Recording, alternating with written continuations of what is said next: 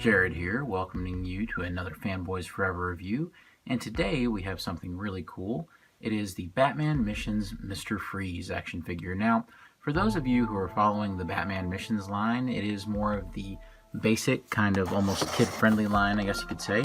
But I think that a lot of collectors have really taken to this line, far more than, say, the Justice League Action line or some of the other kind of more kid-friendly DC lines that Mattel has out right now. Because I think this one offers quite a bit in terms of sculpting and in terms of character selection that I think that collectors actually appreciate. So without further ado, let's go ahead and take a closer look at the Batman Missions Mr. Freeze.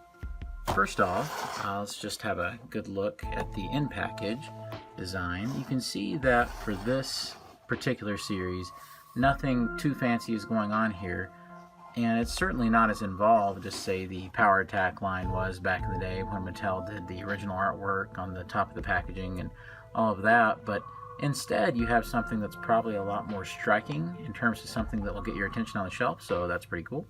As you can also see, we have the Batman 80 Years logo on the top, since I guess this line is sort of tying in a way to Batman's 80th anniversary.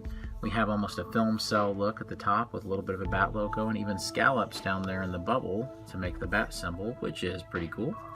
We also have the Batman Missions logo on the side, and I always like this. It's kind of a little artwork that they have on the back, and you can see that it says up here that it's Sub-Zero Hero. We've got a Mortal Kombat reference. Batman and Mr. Freeze, Sub-Zero.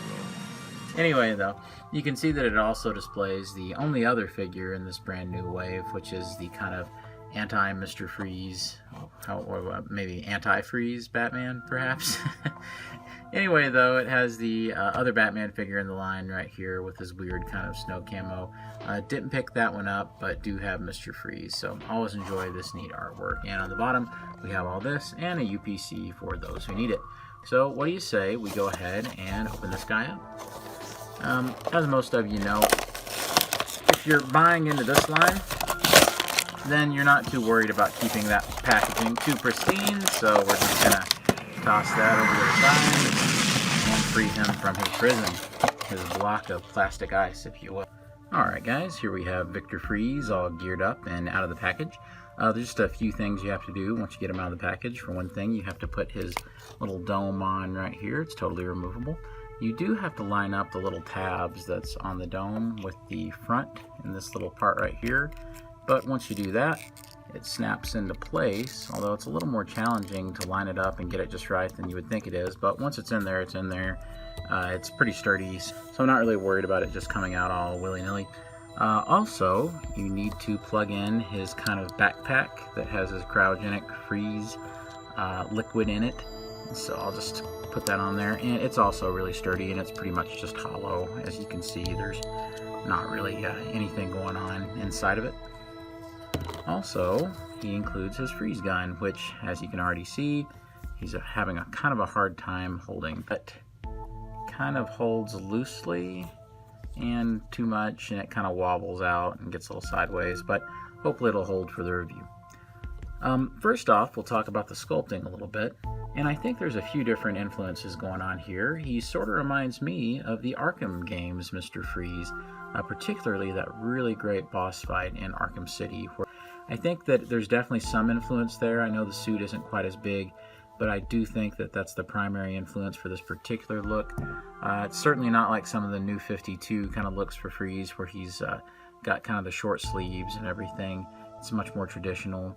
We have the kind of Mega Man looking boots right here, kind of just a basic belt. I love the red right here on the front. You can see there's all sorts of gears and things that have been sculpted, and kind of armor on the sides. Even the gauntlets and the shoulder pads. Like I said, the cryo tank on his back looks really good. Back sculpting is nice. Nothing sculpted on the feet necessarily. No kind of treads or anything like that.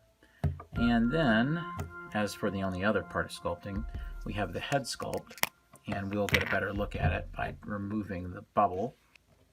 I'm actually really liking the head sculpt on this Mr. Freeze. There's one detail in particular I really enjoy. It is these kind of cheekbones that have been sculpted in. kind of almost ages him up a little bit and gives him kind of that almost emaciated sort of look, that maybe he's slightly sickly in this form. And you can see that the goggles are sculpted on. They're not going anywhere, so they're unremovable. The only other portion of sculpting left to discuss is the freeze gun itself. You can see that Mr. Freeze gets his freeze guns from China, so he has cheaped out a little bit. You can see he's got the cords going down to the little cryo tanks on the bottom. And on the other side, no China logo this time, but you have all the nice little notches and details that you would expect for Freeze's gun. We'll talk about articulation. First off, you can turn Mr. Freeze's head all the way around. It's pretty uninhibited. There's not really a lot of up and down movement though. It's just kind of the way it is. You can see that it is separate from the neck here, but you're not going to really get any side to side. I mean, slightly. And then a little bit, tiny little bit of up and down, but nothing really to speak of, pretty much just side to side. Also, a special treat for all the Batman Missions figures is they always go out of their way to have these cool shoulder hinges. So Freeze's arms can go up about that much, which is pretty good considering how heavily armored he is. They can go back down pretty flush to his sides. That's as far down as they can go. Also, you have single jointed swivel elbows right here. They can go down that much. They can go up about this much. So a little bit of limitation there. Of course, usually when you're posing with a freeze gun, you'll have the arm up like this, I would say. Those go all the way around, of course. You can also see that there is a swivel at the wrist, and there is a hinge, a very generous one as a matter of fact. There's a basic cut down here. There's no abdomen articulation necessarily, so he can go all the way around with that. You can also see that there is a basic T-crotch right here. His feet can go almost all the way up. There's one of them. And the knees have a single joint. They're not swivel though, so you can't turn them. And there is nothing on the ankles, but of course we've not come to expect anything like that in the missions line. Overall, another pretty decent amount of articulation for what would really be a basic kind of a more kids aimed figure. Next we'll talk about the paint application. Generally the paint application is pretty clean. The only little issue that I have is, as you might have been able to have told already, there's just a slight bit of red paint that's not filled in the goggles. But of course once he's wearing the dome over his head, it's kind of hard to tell that. Everything else is pretty cleanly applied. A whole lot of it, of course, is just the color of the plastic and not paint application at all. As a matter of fact, some of the only spots that would be considered paint application are the gray and the red right here and some of the blue. Pop his helmet right back on. Okay. Like I said, the paint discrepancy is pretty hard to tell once the helmet is on. One thing that receives no paint is the freeze gun. Of course, I didn't expect a basic accessory for a regular Mattel line to have any paint, but it's worth noting that there isn't any here. I think, though, that a customizer, just by giving this a little bit of a wash, could greatly improve this. Alrighty, folks, as for comparisons, we'll have a look first at some of the basic Batman Missions figures. Interesting note, it appears that originally when this line first came around, people were referring to it as Batman Night Missions with a K. I guess that fell by the wayside and was never really used again, but originally when the line was first listed, that's what it was being called. So let's have a look. We have Batman and Freeze. They're in, of course, great scale together. They look very nice. Here we have the Riddler side by side. Two-Face. Weird weightlifting Joker. Strangely comic accurate Bane, who of course is a little short for the line, but still. I think he is by far the best sculpted in the line. Then let's go ahead and bring in some of Mr. Freeze's brethren from years past from different DC action figure lines. We can see that more recently we have the Batman New Adventures figure. Of course, he's quite a bit taller considering that it was a 7-inch scaled line, but it's interesting to see such a disparate version of the same character standing before us. You can also see that if we go back just a little while in Mattel's wild Batman history, which I guess will be coming to an end this year for better or worse, we have the Batman Power Attack Mr. Freeze. You know, it always fascinates me to think of this line as sort of a spiritual follow-up to those Power Attack figures, and of course you may remember on our channel way back in the day we used to review all those guys, so it's really fun to have sort of a continuation of that line, even though stylistically they're not similar at all. Still cool to see them together. And finally, the Mr. Freeze comparison that absolutely no one asked for, but we're giving it to you anyway. It's the Arnold Schwarzenegger Mr. Freeze comparison. I can hardly stand. As you can see, this is the old Kenner Mr. Freeze from the very first wave that I bought at Toys R Us way back in early '97, I suppose.